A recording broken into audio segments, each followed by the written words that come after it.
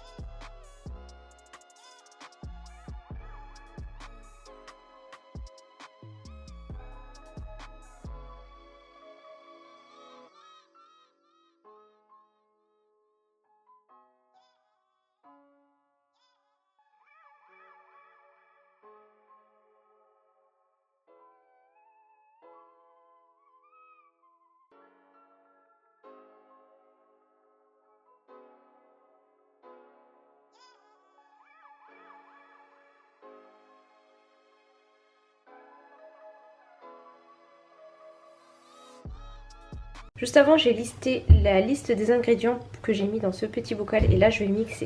Donc voilà, tout est mixé. Limite j'ai envie d'encore plus mixer parce que j'ai pas envie qu'il y ait de grumeaux ou que ce soit. Et voilà à peu près le résultat. La viande était dedans, donc j'ai juste transvasé à l'intérieur et vu que c'était un gros bloc, je mets pas d'huile, je mets rien du tout parce que j'ai pas envie que ça soit gras. J'ai juste à pour que ça soit vraiment bien émietté. Donc là en gros il y a des endroits où c'est quand même des gros morceaux là par exemple. Mais je vais vraiment bien émietter et ensuite mettre la sauce que j'avais faite au préalable.